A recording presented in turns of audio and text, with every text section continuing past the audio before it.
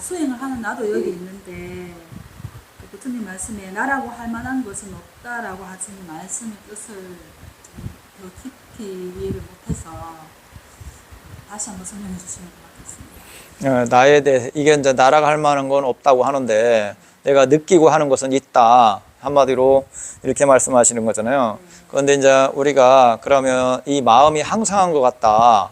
항상 있는 것 같고 그런데 왜 이 마음이 항상한데 왜 나라가 할 만한 게 없다고 하냐. 이게 와닿지가 않는다는 거잖아요. 그런데 이제 제가 이제 이 전깃불로 많이 비유를 했죠. 전깃불이 지금 우리가 전깃불이 항상 밝죠. 밝잖아요, 이렇게. 그런데 보기에는 항상 밝지만 객관적으로 보면 저게 항상 밝은 거예요. 플러스 마이너스 교차하고 있어요. 엄청 빠른 속도로 플러스 마이너스로 교차하고 있어요. 그런데 우리가 느끼기에는 항상 밝게 느껴지는 거예요. 그죠?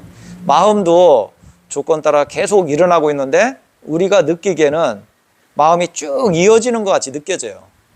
그죠? 그런데 객관적으로 보면 마음은 조건 따라 새로운 마음이 계속 일어나고 있어요. 전의 마음에 영향을 받아갖고 새로운 마음이 계속 일어나고 있어요. 원인이 있기 때문에 계속 이어지고 있어요. 그런데 이제 우리가 화가 일어났다든가 욕심이 일어난다 했을 때 한 내용의 마음이 일어났잖아요. 화가 여기서 시작해갖고 쭉 이어져갖고 그 욕심도 여기서 일어났다 쭉 이어졌지만 그 하나의 마음의 내용이 실질적인 마음이 얼마만큼 많이 일어나고 하나의 마음이 만들어졌겠어요. 그죠? 마음이 붙은 게 하나의 내용이에요. 마음이 엄청 많이 일어나고 하나의 내용을 만들어낸 거지 객관적으로 보면 마음은 따로따로 엄청 빠른 속도로 일어나고 있어요. 우리가 느끼기에는 한 마음이지만 실질적으로는 그렇게 한 마음이 아니다. 이런 거예요. 이제 한마디로 이런 관점으로 표현할 수가 있어요.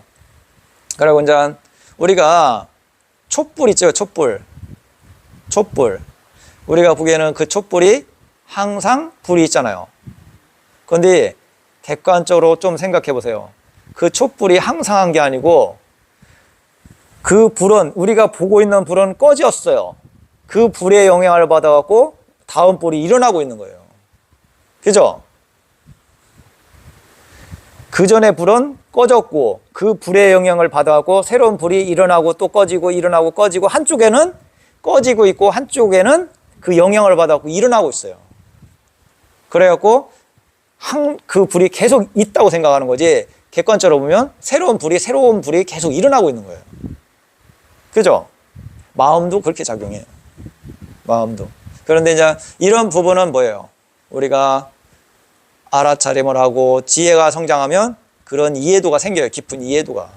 이렇게 되는 거지 그냥 법문을 듣고 이것만 갖고는 좀 약하고 그냥 수행을 하다 보면 그런 이치, 이해 이런 게 쌓이고 하니까 모든 것은 조건이 돼갖고 이렇게 일어났다 사라지는 거고 고정되어 있는 게 진짜 없구나. 이런 이제 알아차림을 계속 하다 보면 그런 지혜가 성장해 나가요. 그러면서 모든 것은 변하고 거기에 고정되어 있는 나락할 만한 건 어디에도 없구나. 또 이런 지혜적인 마음이 일어나요.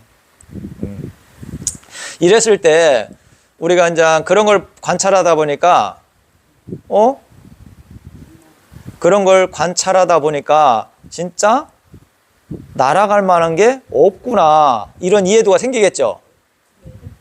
그런데 누가 그런 말을 물어보더라고.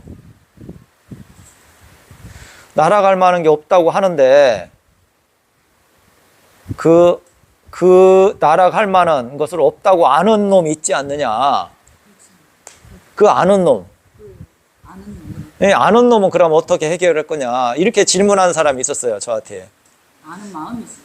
네, 그러니까 아는 마음. 그것을 무상하다고 알고 날아갈 만한 게 없다고 아는 뭔가가 있지 않느냐. 이것은 어떻게 해결할 거냐. 이렇게 물어보더라고요. 그런데 그것 또한 지혜가 성장하면 그 이치를 알 수가 있어요. 지혜가 성장해야 돼요. 그런데 이제 그 뿌리가 뽑히는 건 뭐라겠어요? 그 뿌리가 뽑히는 것은 올바른 무아를 체험하면 그 뿌리가 뽑혀요. 그전에는 지혜로서 이해가 생기는 거고, 지혜로서 이해로 생기는 것은 그 뿌리는 안 뽑혀요.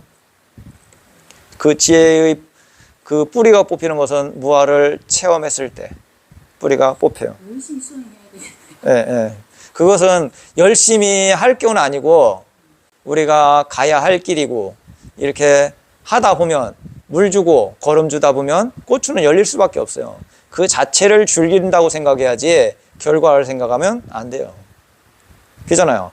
우리는 현재 부처님 말씀대로 내가 이렇게 알아차림을 하고 부처님 말씀대로 실천한다는 자체를 고맙고 의미 있고 이런 관점으로 생각하다 보면 결과는 성취될 수밖에 없어요. 결과를 생각하면서 수행하면 안 되고 현재 부처님 말씀대로 실천하는 것에 대해서 기쁨과 보람을 찾으면 돼요. 과정 자체를 즐기세요. 예, 예, 예. 그러고 이제 내가 올바로 해 나가는가. 우리가 농부가 봤을 때는 저렇게 하면 안 된다는 걸 알아요. 그런데 모르는 사람은 내가 이해한 만큼 해 나가는 거예요. 고추도 물 주고 거름도 그렇게 주면 안 된다는 거 아는데 내 입장에서는 그게 맞다고 생각해요. 그러나 지혜 있는 사람이 봤을 때는 저라면 안 되는데, 저라면 저기가 잘못하면 거름을 넘어 비료를 가깝게 주면 고추가 죽는데 뭐 이런 게 있잖아요. 그러니까 비료를 고추 나무, 한마디로 나무 옆에다 너무 가깝게 주면 죽어요. 왜? 독하기 때문에, 그 거름기가. 그러니까 우리는 뭐 좋은 거라고 생각하니까 막 많이 주어.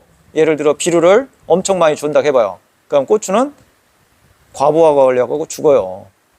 지혜롭게 하다 보면, 알아차림을 하다 보면 거기에 지혜가 성장하고 거기에 맞게끔 지혜가 성장하면서 자기가 좀씩 해나가는 거야. 그러고 결과적으로 하다 보니까 그게 그 자체가 즐겁고 행복하기 때문에 우리가, 제가 저기서 저렇게 물 주고 거름 주는 것도 거기에 대해서 즐겁고 행복하기 때문에 해나가는 거지. 고추 따먹으려고 그 얼마나 된다고 고추 몇 개 따먹은다고 그렇게 고생하면서 하겠어요. 그러나 그 자체가 커나가는 거, 지혜가 성장하는 거, 알아차림이 성장하는 자체가 좋기 때문에 해나가는 거. 고추가 커나가고 의미 있게 성장하는 게 좋기 때문에 그냥 그걸 키우는 거지. 그러니까 결과적으로 고추도 열어서 따먹게 되는 거지. 알아차림도 똑같아요.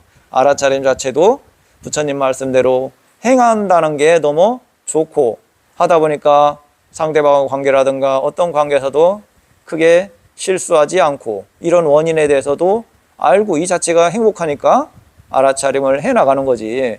결과는 우리가 어떻게 할 수 있는 건 아니다. 예, 예. 또 다른 부분은 없죠?